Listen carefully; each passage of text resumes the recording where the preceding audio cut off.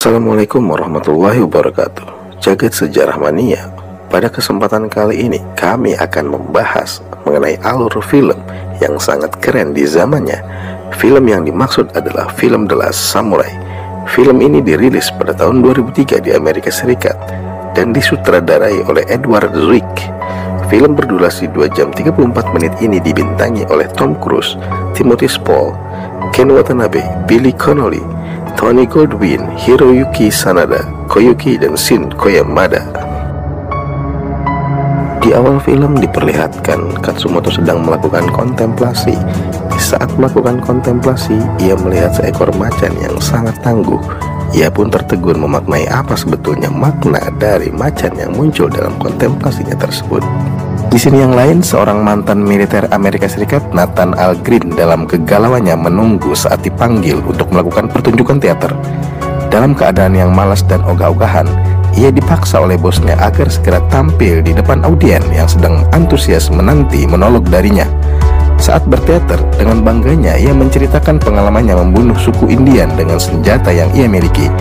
Namun yang mengejutkan bagi penonton adalah ia mendramatisir keadaan dengan melepaskan tembakan secara nyata ke depan penonton. Meski tidak ada yang terluka, pertunjukan itu berhasil membuat syok penonton sekaligus decak kagum para penonton. Pertunjukan itu adalah terakhir bagi Nathan karena memang dia udah dipecat sama bosnya. Lalu kawan lamanya mengajaknya untuk melakukan pekerjaan yang baru, yakni sebagai pelatih bayaran untuk melatih tentara kekaisaran Jepang menggunakan senjata modern. Akhirnya, Nathan dipertemukan oleh pengusaha asal Jepang yang juga merupakan kaki tangan kaisar, yakni Omura. Para utusan kekaisaran itu menceritakan bahwa pasukan pemberontak pimpinan Katsumoto seringkali melakukan pemberontakan merusak proyek-proyek modernisasi kekaisaran Jepang. Awalnya Nathan menolak tawaran tersebut. Namun demikian, karena dia terus-terusan dinegosiasi dengan bayaran yang tinggi, akhirnya Nathan menerima dan mau melatih tentara kekaisaran Jepang yang belum bisa menggunakan senjata modern tersebut. Nathan berangkat ke Jepang meski dengan hati yang galau. Dalam perjalanan itu, ia meratapi hidupnya sebagai pembunuh bayaran. Di Jepang, ia disambut oleh seorang pakar kebudayaan Jepang. Dalam pertemuan itu, si pakar menjelaskan mengenai kondisi sosiologis masyarakat Jepang yang sedang mengalami masa transisi dari tradisional ke modern. Nathan akhirnya dipertemukan dengan Kaisar Meiji, kaisar yang memiliki pandangan progresif mengenai kebudayaan barat. Kaisar ini bisa dibilang senang mempelajari kebudayaan barat.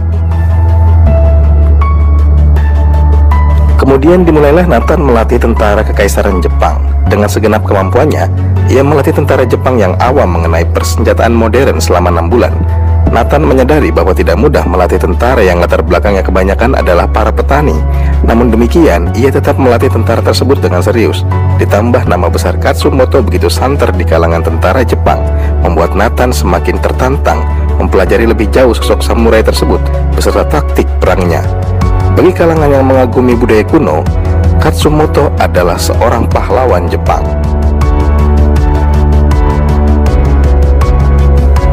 Meski sudah melatih tentara kekaisaran Jepang lebih dari 6 bulan, ternyata skill dan mental tentara tersebut masih jauh dari harapan.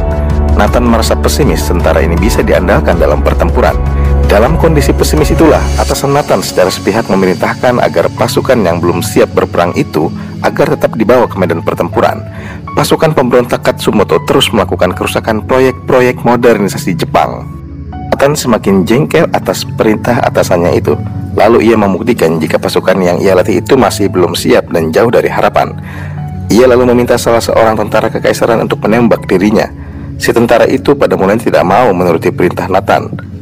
Namun karena si tentara itu terus dipaksa oleh Nathan untuk menembakkan senapannya, mau nggak mau ya harus nembak, dan ternyata tembakannya meleset. Tentu ini membuktikan bahwasanya tentara yang sedang dilatih Nathan ini memang belum siap.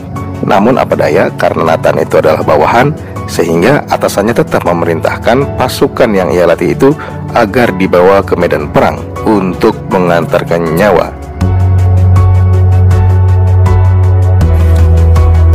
Pasukan itu tetap dibawa ke medan perang melawan pasukan pemberontak Katsumoto. Nathan memberikan aba-aba agar pasukan kekaisaran itu patuh terhadap perintahnya. Adapun Kapten Hasegawa menolak berada di garis terdepan bertemu langsung Katsumoto. Mungkin karena jiwa samurainya masih ada, sehingga merasa berat dan malu bertemu langsung dengan mantan temannya sendiri, yaitu Katsumoto. Benar saja, tentara kekaisaran Jepang itu belum siap mental untuk berperang. Perintah sang pelatih Nathan Algren untuk menahan tembakan tidak digubris oleh tentara Jepang.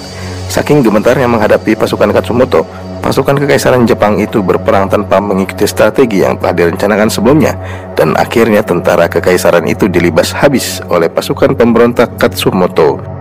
Pertarungan sengit terjadi antara Nathan dan beberapa samurai.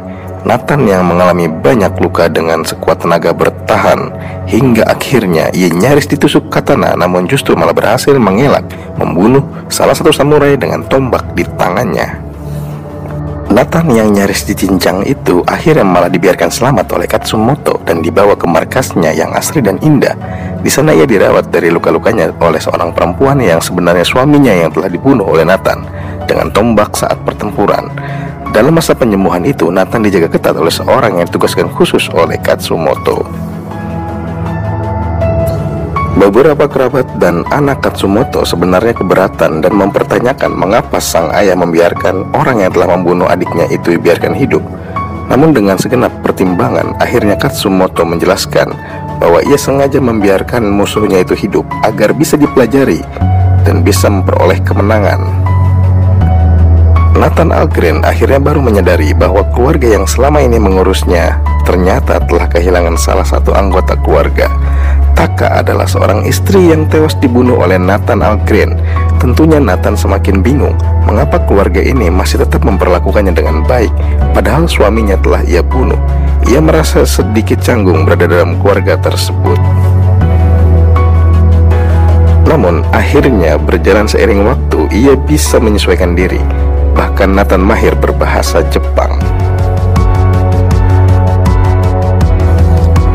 Akhirnya, selama menjadi tahanan di desa kelompok Katsumoto, ia mulai mengagumi aktivitas dan kedisiplinan orang-orang di sekitarnya. Ia mempelajari seni bela diri tradisional Jepang. Bahkan secara sembunyi-sembunyi, ia berlatih seni bela diri dan berpakaian ala Jepang. Ia juga setiap pagi mengikuti latihan rutin yang dilakukan oleh kelompok Katsumoto. Hari demi hari ia lalui, ia semakin mahir bahasa Jepang. Kondisi ini semakin membuat dilema Taka. Meski anggota keluarga yang lainnya terlihat senang, orang asing ini telah mahir berbahasa Jepang. Nathan semakin dianggap sebagai keluarga. Bahkan Taka secara sembunyi-sembunyi tertarik kepada Nathan yang sering kali membantu.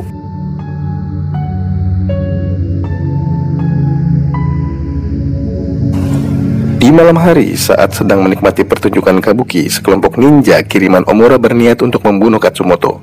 Kerusuhan pun terjadi. Kelompok Katsumoto dengan segala upaya bertempur melawan ninja kiriman tersebut. Nathan pun tidak lepas dari ancaman pembunuhan tersebut.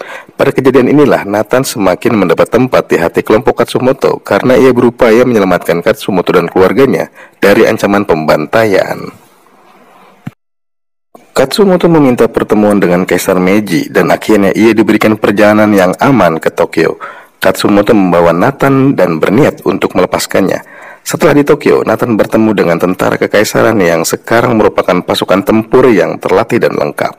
Katsumoto kecewa kepada kaisar yang telah menjadi boneka Omura.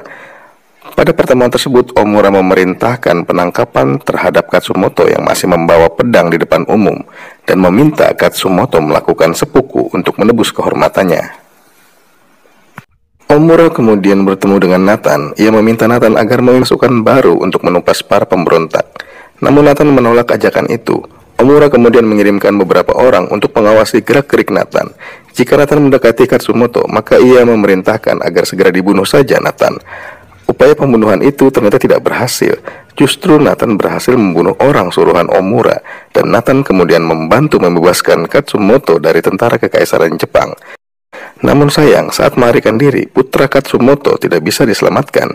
Ia mengorbankan dirinya untuk para samurai melarikan diri dari kejaran pasukan Omura. Akhirnya, perang terbuka pun terjadi antara tentara kekaisaran Jepang dengan pasukan Katsumoto. Pada mulanya, pasukan Katsumoto berhasil memukul mundur tentara kekaisaran Jepang. Namun, teknologi persenjataan baru yang amat modern mampu memukul mundur pasukan Katsumoto. Banyak pasukan samurai yang mati tertembak dengan senapan canggih. Satu persatu pasukan Katsumoto berguguran. Bahkan Katsumoto sendiri terluka parah. Omura tanpa belas kasihan memerintahkan agar senapan canggih itu tetap dimuntahkan ke arah samurai yang sedang sekarat. Namun akhirnya sang kapten tak mampu menuruti perintah Omura. Dalam kondisi terluka parah, Katsumoto dan dibantu Nathan melakukan seppuku. Katsumoto mati secara terhormat. Kekaisaran akhirnya membatalkan perjanjian dagang dengan Amerika Serikat. Kaisar bahkan menganggap Omura adalah biang keladi yang akan menjerumuskan Jepang ke dalam ketergantungan dengan Amerika Serikat. Kaisar lalu menyita seluruh aset Omura, kemudian menyerahkannya kepada seluruh rakyat Jepang. Dan film pun selesai. Terima kasih.